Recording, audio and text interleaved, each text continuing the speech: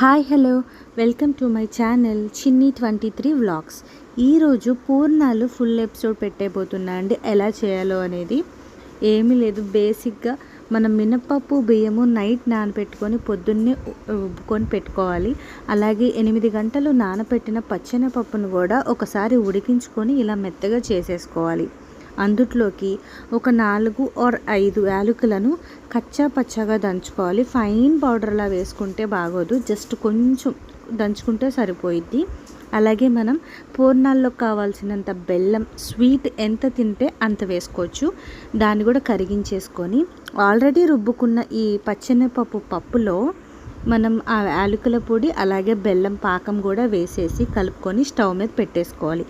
దగ్గరికి అయ్యే వరకు ఉంచుకోవాలి. మా చిన్నతనంలో అయితే మేము మా అమ్మమ్మ వాళ్ళ ఊరు వెళ్ళే వాళ్ళమండి. అక్కడ మాకు చాలా పెద్ద ఫ్యామిలీ. మా తాతయ్య మేము వచ్చామని పిల్లల మనవళ్ళు మనవరాలు మా అమ్మ వాళ్ళతో పెద్దమ్మలు చిన్న పెద్దమ్మ వాళ్ళు అక్క వాళ్ళు కలిసి ఇవి చేస్తారు.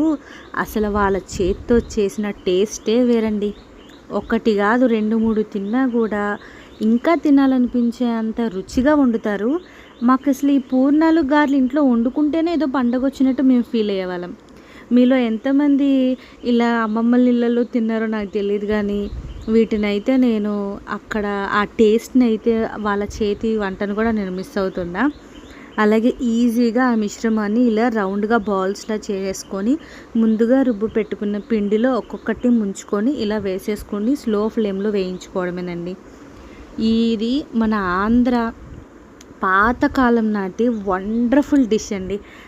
ఇది ఇష్టపడని వాళ్ళు ఎవ్వరూ ఉండరు నాకు తెలిసి అయితే. సో ఈజీగా పూర్ణాలు చేసుకోవచ్చు. మనకి వరలక్ష్మి వ్రతం కానీ ఇలా దేవుళ్ళకి పూజలు చేసే టైంలో నైవేద్యంగా కూడా పెట్టుకోవచ్చండి. మీరు కూడా ఈ డిష్ని వండుకొని తిని ఎంజాయ్ చేయండి. నా వీడియో నచ్చితే కనుక లైక్ చేసి షేర్ చేసి సబ్స్క్రైబ్ చేసుకోవచ్చు.